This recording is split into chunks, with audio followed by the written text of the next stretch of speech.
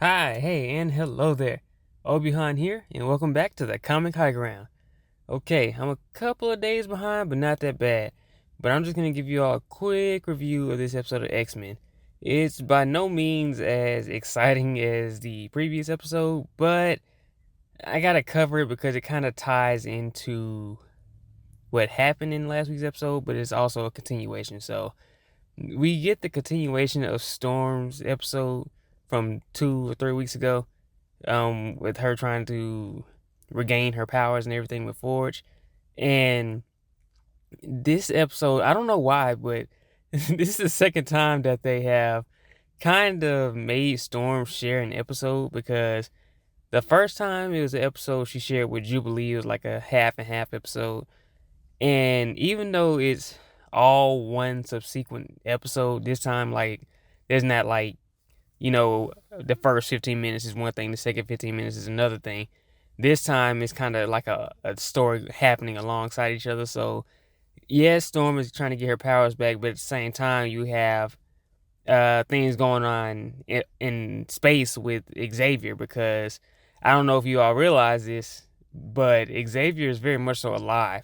And that's one of the things that have been throwing me off since the first episode of X-Men 97, because I was like, they keep on talking about Xavier like he's gone, but like he's alive. He just went with the Shi'ar.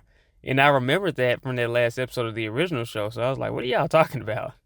But yeah, so as far as like the X-Men themselves, they should know where he's at, but they're talking as if, they believe what the story is. So I'm a little confused about that. Maybe they'll address it. But in any case, one thing this episode does show or remind you of is that there are other alien races in the Marvel universe aside from the Kree, aside from the Skrull, and aside from whatever those aliens were that were in Guardians. I can't think of all of them. But the Shi'ar, unless you really grew up in the 90s and watched X-Men and played some of the games and everything, you forget that the Shi'ar were one of the most powerful and also one of the most popular alien races that were in Marvel. And due to the Fox Disney thing, they just did not use them. They weren't using the MCU, obviously. And at the time, a few years ago, Disney was trying their best to just not use anything X-Men related, not refer to it or anything of that nature. So the Shi'ar kind of got swept under the rug, but this episode pretty much kind of brings them back to light, obviously. And you see something that's very funny, and I had forgotten how powerful the Shi'ar were, because there's a scuffle in the beginning of the episode where the Shi'ar are dealing, specifically Deathbird Bird is dealing with Ronan the Accuser. And Gladiator, if you don't know who Gladiator is like the Shi'ar's version of Superman or whatever. But Gladiator swoops in there and just kicks the crap out of Ronan the Accuser like it's nothing. And it's funny when you think about how big and bad Ronan was made to seem in Guardians of the Galaxy, and then to see him getting tossed around like he's basically nothing in this episode is funny. But the Shi'ar are a really popular alien race from Marvel, and hopefully now that the MCU can use Fox characters, maybe we can see the Shi'ar come back. But ultimately, that portion of the episode is basically about Xavier. He's trying to get married to Lilandra, the queen of the Shi'ar, and there's this whole issue because he's from Earth and they're looking down on people from Earth. And ultimately Charles ends up using his telepathy to pretty much teach them a lesson. And in the midst of all that, he gets this vision of what has just happened to Gambit. So it's like, you know what? I got to go back. I got to go back to Earth. So that's pretty much the gist of Charles' episode.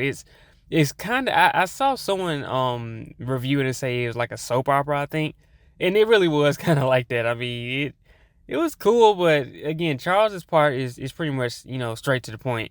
And then when you go back to Storm's part of the episode, basically they're dealing with some type of demon, and I can't remember his name right now, but it was in the comics. It bit Forge, so her whole thing is she's trying to go get the material to cure Forge, and that takes them to this cave. And as you know, Storm is claustrophobic, so she has to crawl through this tight space, and Forge is kind of guiding her through it, I think. But at the same time, this entity comes back because they had pushed it away. Forge used some magic book of his mother's, and cast the demon out, but it came back while Storm was in this hole. So Storm basically regains her confidence, and when she regains her confidence, her powers comes back because sort of like with Spider-Man 2, if you remember Tobey Spider-Man 2, his powers were kind of out of whack because of his mental state. He was stressed and everything. So this is a similar situation. Storm had this, I think it was like a self-doubt, and she had to overcome her own self-doubt. And when she did that, her powers came back. The interesting thing about this is that not only did her powers come back, but her hair grew out because she was in this mohawk, and I've never been a fan of the Storm mohawk look. But she was rocking the mohawk, and then when she regained her confidence and her powers came back, she got a full head of hair again. And not only that, she had like this Sailor Moon esque suit up sequence because she charged up, and then next thing you know, when she shoots out of the cave, and she's wearing her, I think it's her. It reminded me of her astonishing outfit, but I think it might be her original, like that black outfit with the sides of her stomach showing and her legs are out. With the tiara or crown or whatever she has on her head. It was that look, and I gotta tell you, it looked amazing. That's one of my favorite looks for Storm, and they nailed it in this episode. I mean, she looks, it's not that she looked bad before, but it's like she looks even more beautiful now than she did, when she was when she was rocking the mohawk. So, and it almost like it kind of changed her facial structure a little bit because she had like really defined cheekbones before, but it's like they're kind of, I don't know, it's like they kind of changed it a bit. It's hard to explain, but in any case, yeah, she gives the cure for Forge, and then they go back home and they cut the TV on, and then they see the coverage of what happened in Genosha. So of course that means Storm is immediately gonna dart back to the X Mansion. So that's pretty much the episode. This week we should definitely be seeing the aftermath of what happened with Genosha, and then we should also see Storm return, and we might see Xavier return, but that's probably not going to be till like the end of the episode. So we'll have to wait and see about that. But again, this was kind of like a in between episode too, not a filler, but like an in between episode. One of those that just kind of slows down the action. I remember reading something that said that all of the X-Men are supposed to have new outfits by the time the season is done. And I wasn't sure about that until we just saw Storm's, suit up sequence just now. So I'm pretty much believing that they're all going to get new costumes now. So I guess maybe they'll be all getting probably their astonishing outfits. I believe it was an astonishing X-Men run when Cyclops kind of started on his renegade path, when he started being more aggressive. So if that's what they're going to do with this Cyclops, then it would probably make sense to put him in the astonishing outfit. But with that said, that's pretty much the review for this episode. Just a quick review, right? I've got to work on my review for Black Panther. That's going to be coming sooner than you think, because I'm covering issues 2 and 3 in the same video, because 2 was kind of uneventful. But that'll be coming real soon. So hit that like button if you like what you saw here today. Drop a comment to let me know what you thought about this episode of X-Men 97.